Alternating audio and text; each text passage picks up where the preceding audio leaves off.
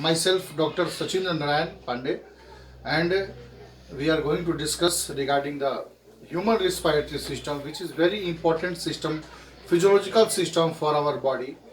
एक खास महत्वपूर्ण फंक्शन हमारे बॉडी का, फिजियोलॉजी का, जिसके बगैर हम जिंदा नहीं रह सकते हैं, जिसको कि ह्यूमन रिस्पायरेटरी सिस्टम कहा जाता है।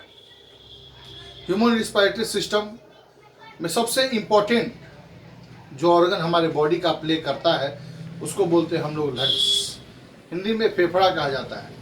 तो लंग्स एक बहुत इम्पोर्टेंट रिस्पायरेटरी ऑर्गन है जिसके द्वारा हमारे शरीर में ऑक्सीजन और कार्बन डाइऑक्साइड का एक्सचेंज होता है और प्रॉपर अमाउंट में हमारे बॉडी के हर सेल तक ऑक्सीजन पहुंचता है और हमारे सेल में बना हुआ जो कार्बन डाइऑक्साइड है वो लंग्स हमारे बॉडी से उसको रिमूव करता है, क्योंकि carbon dioxide is a nitrogenous gas which can easily harm our cell.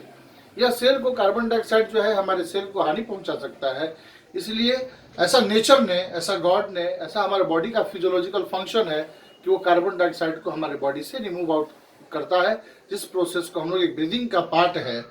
Breathing में दो फेज होता है, एक्सपायरेशन और इंस्पायरेशन। तो एक्सपायरेशन प्रोसेस के द्वारा removing out the carbon dioxide के द्वारा कार्बन डाइऑक्साइड हमारे शरीर से बाहर जाता है और इंस्पायरेशन में हम ऑक्सीजन को इन्वायरमेंट से इंटेक करते हैं। सबसे बड़ी बात एक बहुत इंपॉर्टेंट बात यह है कि रिस्पायरेशन को लेकर के बहुत कंफ्यूजन है आज के विद्यार्थियों में कि रिस्पायरेशन का मतलब क्या होता है। उनको दिमाग में ये बना हुआ है कि रिस्पायरेशन का मतलब होता है सांस लेना और सांस छोड़ना, जो कि बिल्कुल गलत है।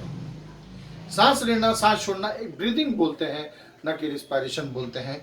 ब्रीदिंग का मतलब होता है सांस लेना और सांस छोड़ना, और रिस्पायरेशन का मतलब होता है एक ऐसा biological process. Respiration is a biological process inside the human body, inside the living human body, in which oxidation of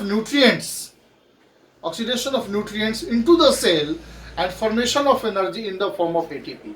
ATP के रूप में हमारे सेल में, हमारे शरीर के हर भागों में, हर सेल में एनर्जी बनने की प्रक्रिया को हम रिस्पायरेशन कहते हैं। और ये प्रोसेस तभी संभव होगा जब हमारे शरीर में ऑक्सीजन की मात्रा मौजूद रहेगी। सबसे खास बात, तो रिस्पायरेशन को हमने देखा कि आज का टॉपिक है रिस्पायरेशन।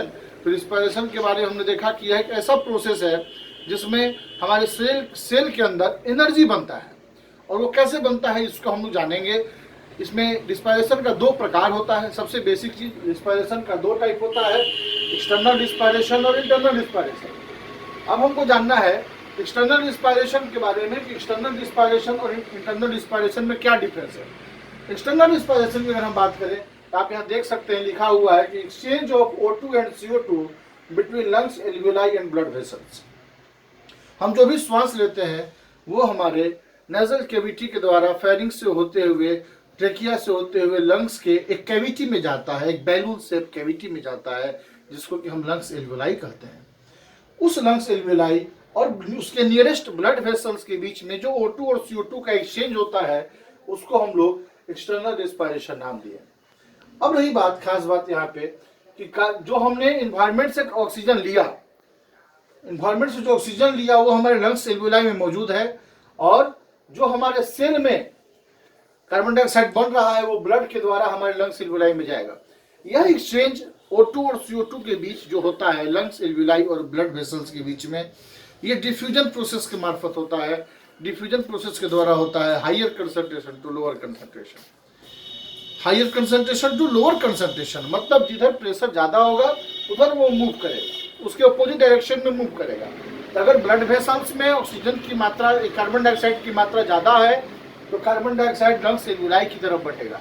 जब लंग्स एल्वियोलाई में प्रेशर ज्यादा है ऑक्सीजन का तो ऑक्सीजन लंग्स एल्वियोलाई से ब्लड वेसल्स की तरफ आएगा। तो ये एक्सचेंज डिफ्यूजन प्रोसेस के द्वारा होता है। तो हमने देखा, जैसा कि बोर्ड पे लिखा भी हुआ है, एक्सटर्नल रिस्पायरेशन उसको बोलते हैं जिसमें O2 और CO2 का एक्सचेंज होता है किसके बीच, लंग्स एल्वियोलाई और ब्लड वेसल्स के बीच। इसको हम एक्सटर्नल रिस्पायरेशन नाम दिए।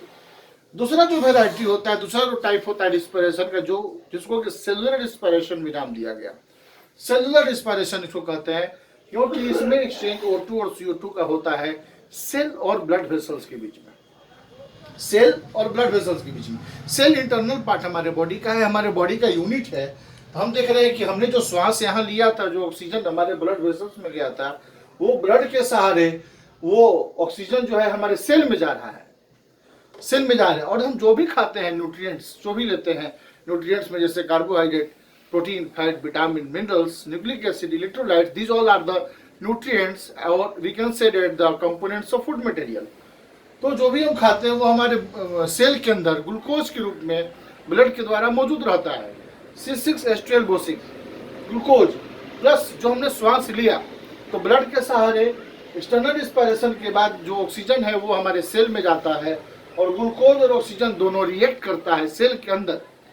साइटोप्लाज्मिक रिएक्शन होता है हमारे सेल के अंदर और ग्लूकोज और ऑक्सीजन रिएक्ट करके कार्बन डाइऑक्साइड, H2O यानी water and ATP in the form of energy, एक एनर्जी का रूप है ATP, एडिनोसिन ट्राइफॉस्फेट, जो कि एनर्जी बनाता है जिससे हमारा सेल लिविंग रह सके। सेल हमारा लिविंग ATP की वजह से रहेगा। ATP एक एनर्जी है जिसका फुल फॉर्म एडिनोसिन ट्राइफॉस्फेट होता है। अब रही बात, वाटर भी हमारे सेल के लिए जरूरी है। हमारा बॉडी का मैक्सिमम पार्ट जो है हमारे फ्लूइड से भरा हुआ है। ATP अगर सेल में नहीं बनेगा तो हमारा सेल लिविंग नहीं कहलाएगा, वो सेल डेड होने लगेगा, कमजोर होने लगेगा, उसमें ऑक्सीडेशन की प्रक्रिया नहीं होगी, वो सेल डेड होने लगेगा।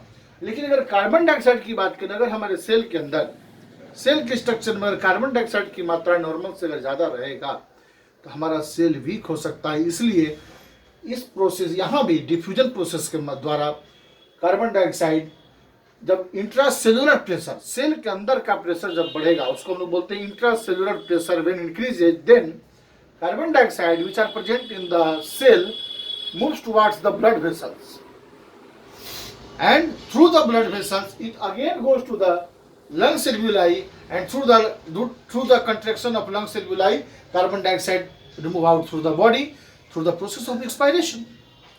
तो ये बहुत खास एक वाइटल फंक्शन हमारे बॉडी का हमने आज डिस्कस करा आप सबके बीच कि एक्सटर्नल रिस्पायरेशन और इंटरनल रिस्पायरेशन में क्या अंतर है, और ये हमारे बॉडी का बहुत इसेंशियल पार्ट है। तो आज के टॉपिक में हम लोग इतना ही डिस्कस करेंगे, फिर अगले दिन हम लोग एक नए टॉपिक के साथ मिलेंगे। Thank you.